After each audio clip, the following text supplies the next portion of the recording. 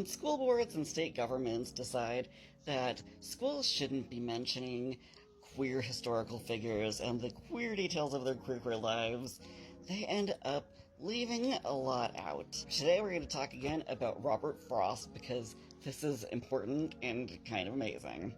See, what they're leaving out with him is not just like representation per se, it is the foundational experience of his life, both as a poet and as a goddamn human being.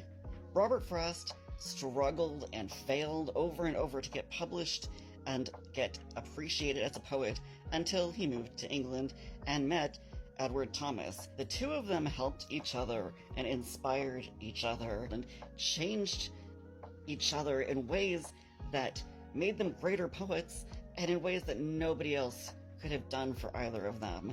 This also led, unfortunately, to one of the many tragedies in Robert Frost's life, because eventually he moved to New Hampshire and he really wanted Edward Thomas and his family to move back there with him.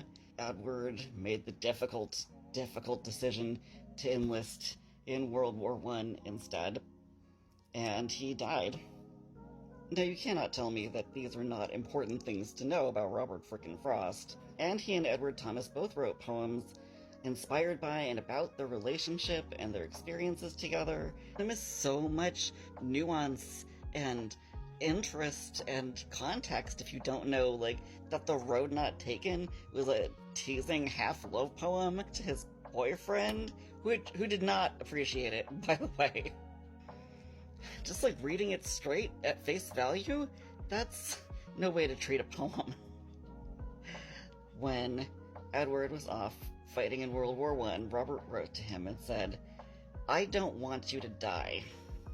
I want you to live, to come over here and begin all the life we had in England."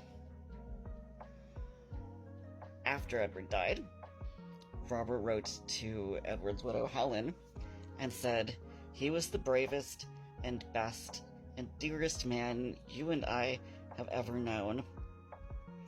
I have had 4 wonderful years with him. I know he has done this all for you. He is all yours, but you must let me cry my cry for him as if he were almost all mine too."